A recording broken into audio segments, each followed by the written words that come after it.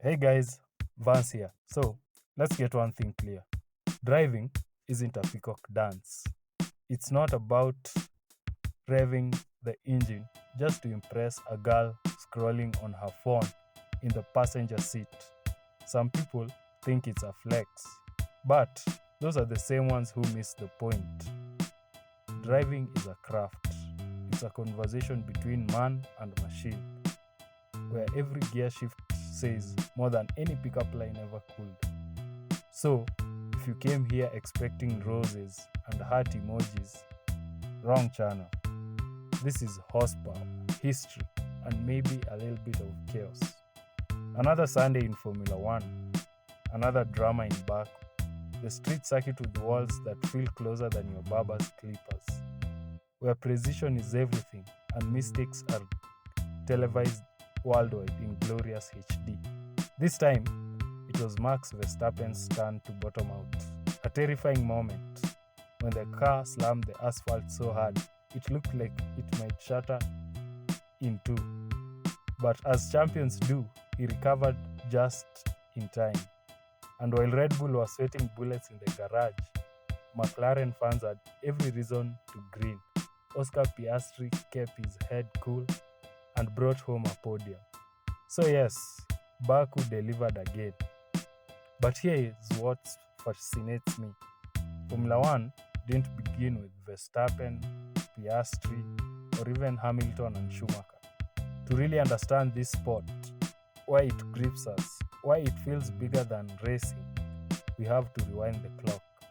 Not to the 80s, not even to the 50s, but to a time when cars were absurdly long, tires were thinner than bicycle wheels, and drivers weren't millionaires. They were daredevils with nothing to lose. But yeah, they were kind of millionaires, man. Racing has never been cheap since the start. Let's go back almost a century to the roots of Formula One. Our story starts with a man named Tazio Nuvolari, also called the Flying Mantuan. If you ask historians who the greatest driver of all time is, some would say Schumacher or Senna, the wheel spur, Nuvolari. He was small in size, almost fragile looking, but behind the wheel, he was thunder wrapped in skin. Nuvolari's legend grew because he didn't just win races, he survived them. Once he broke his leg, but still climbed onto his Alfa Romeo and won. Another time, he lost his brakes mid-race and decided that stopping was optional. He brought the car home anyway. Modern drivers complain about porpoising. Nuvolari, he complained about not being dead yet. He had this uncanny ability to tame chaos. Racing in those days wasn't about data, tire strategies, or pit stop choreography. It was about staring at death for 3 hours and convincing it to wait until next Sunday. And Nuvolari was the master negotiator. Of course, Nuvolari wasn't alone. Across the border in Germany, another giant was rising. Rudolf Caracciola, known as the Rain Master. Why? Because when storms turned trucks into rivers of mud, Caracciola thrived. While others slid off into hay bales, he carved through the chaos with surgical precision. He piloted the mighty Mercedes SSK, a car so powerful it was more beast than machine. Watching Caracciola race was like watching a man wrestle a dragon and win. And then there was Bernd Rosemeyer, a man whose name still brings both admiration and sadness. Rosemeyer wasn't born in cars. He started on motorcycles, where balance and bravery are everything. That fearlessness carried over when he joined Auto Union.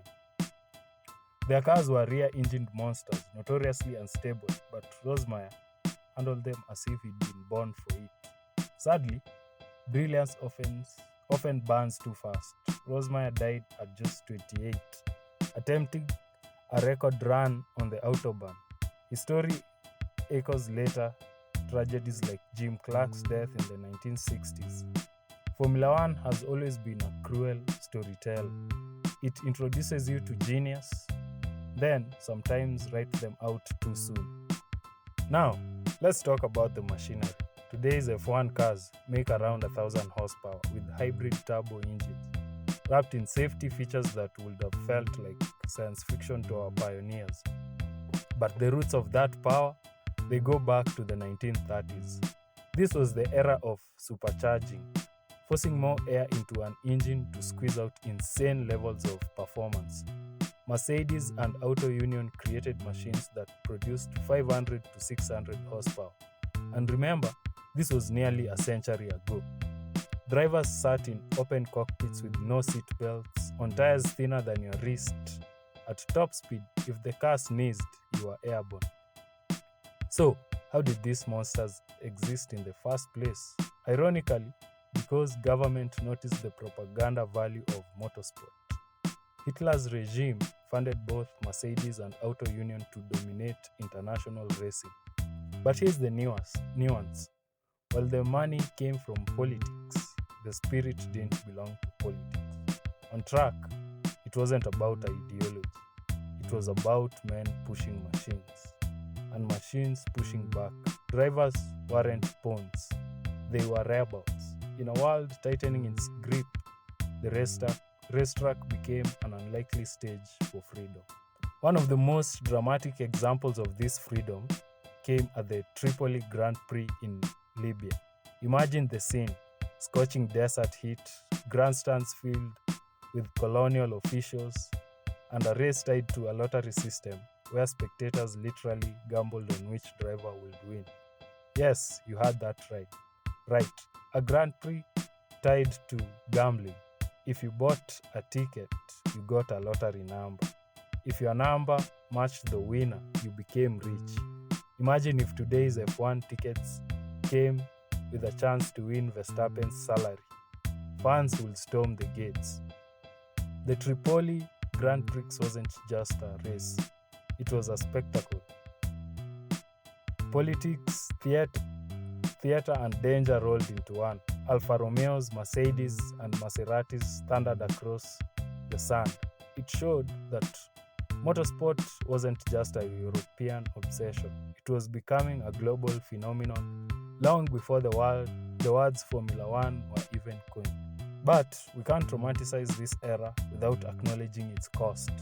Motorsport was lethal. The very drivers who inspired hope were also martyrs to speed. Bernd Rosemeyer's death on the Autobahn is one example. Another, Richard Seaman, a British prodigy who became a Mercedes Works driver in the 1930s. At just 26, he crashed at Spa. His car caught fire and he didn't make it out. Then, later came Jim Clark in the 1960s, widely considered one of the greatest to ever touch a steering wheel. He died at Hockenheim in a Formula 2 race, at the peak of his career. The lesson here: motorsport's magic has always lived alongside its brutality. It gives us heroes, but it also takes them. And somehow, that risk is part of why the legends endure. Now, let's fast forward. Those supercharged beasts of the 1930s laid the foundation for everything that followed. The rear-engined Auto Unions foreshadowed the design that would dominate F1 decades later. The obsession with extracting every drop of horsepower. That's alive today in the hybrid turbo era. Even the politics haven't gone away. Back then, governments poured money into racing for national prestige. Today, nations host races to project power, wealth, and influence. The players have changed, but the game feels oddly familiar. But the essence is eternal. It's still man and machine, dancing on the edge of chaos. Which brings us back to Baku, a city where East meets West, where ancient walls now echo with the scream of hybrid engines. Verstappen recovering from disaster, Piastri climbing onto the podium. These aren't isolated stories. They are chapters in a book that began with Nuvolari, Caracciola, Rosemeyer, and all the others who risked it all when there were no guardrails, no halos, no safety cells. Different cars, different times, but the same heartbeat. Formula One has always been more than just racing. In bleak times, it gave people freedom. In bright times, it gave ambition.